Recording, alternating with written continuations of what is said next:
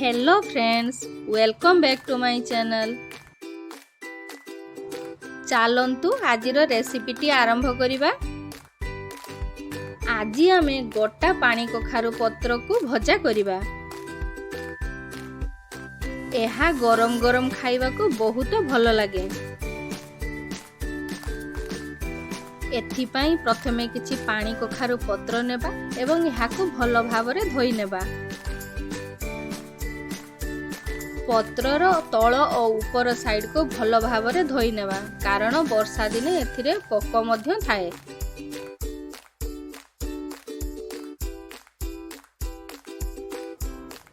Paste तैयारी करिवा पई 3 चामच सरिष, पियाज 2टी मीडियम साइज रो, जीरा 1 चामच एवं किछि कंचा लंका नेबा।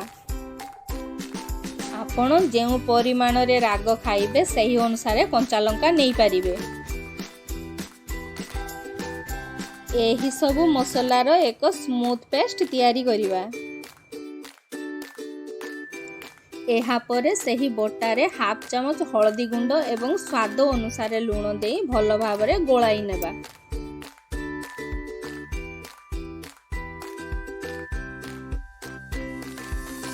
एहा परे पानी कखारु पत्र नेबा एवं पत्र को ओलटाई देई ओलटा पटरे पेस्ट को एई भली भाबे लगाई नेबा। ठीक है।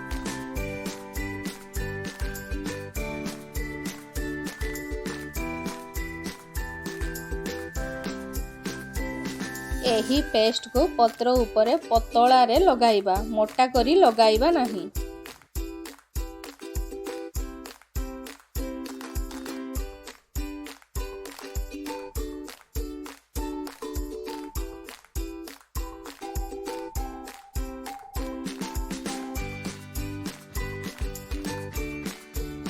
पत्र उपरे पेस्ट को भल भाबरे लगाई सारला परे एहाको गोटिए साइड रु एही भली भाबे फोल्ड करिबा। गोटिए साइड रु फोल्ड करिबा आरंभ करिबा एवं एही भली भाबे पूरा पत्रटी को फोल्ड करि नेबा।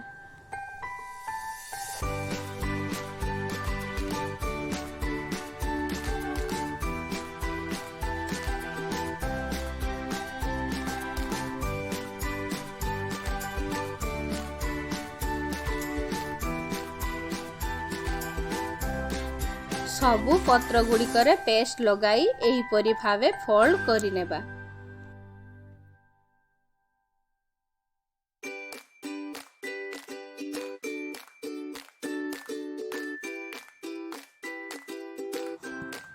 बेटर प्रस्तुत करिवा पई गोटिए बाउल नेबा।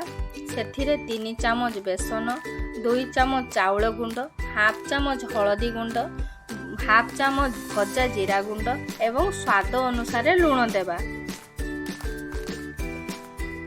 चाउल गुंड देबा द्वारा एहा क्रिस्पी होइथाए। चाउल गुंड को आपण घरे तैयारी करि परिबे, नहले आपण मार्केट रो मध्ये किनि परिबे।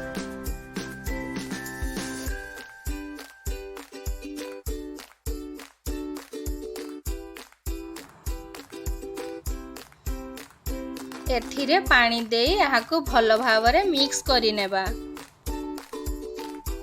एही बेटर को अधिका बहलिया किंबा अधिका पतला करिवे नाही। गैस उपरे तावा बसाइबा। तावा गरम होई गला परे सेथिरे 2 चामच रिफाइन तेल देबा।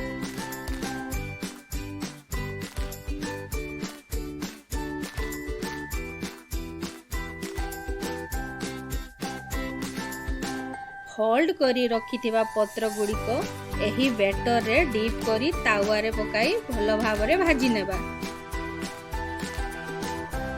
सबु पत्र गुड़ी को एही परी भाबे करी नेबा।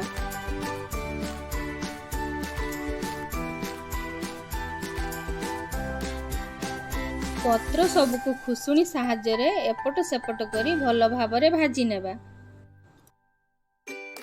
गैस को मीडियम फ्लेम रे रखी एही भली भाबे भाजीबा। खुसुनी सहाय्य रे पत्र गुड़ी को हल्का हल्का प्रेस करिबा, जहा फल रे भितरु मध्य एहा भल भाबरे होई जिवो।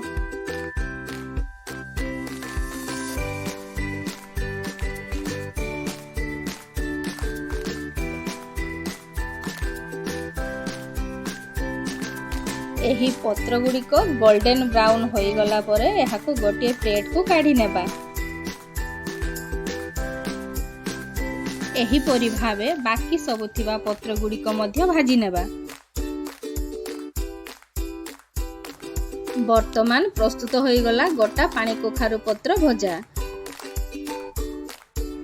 ଏହାକୁ ନିଶ୍ଚିତ ଥରେ ଟ୍ରାଏ କରନ୍ତୁ।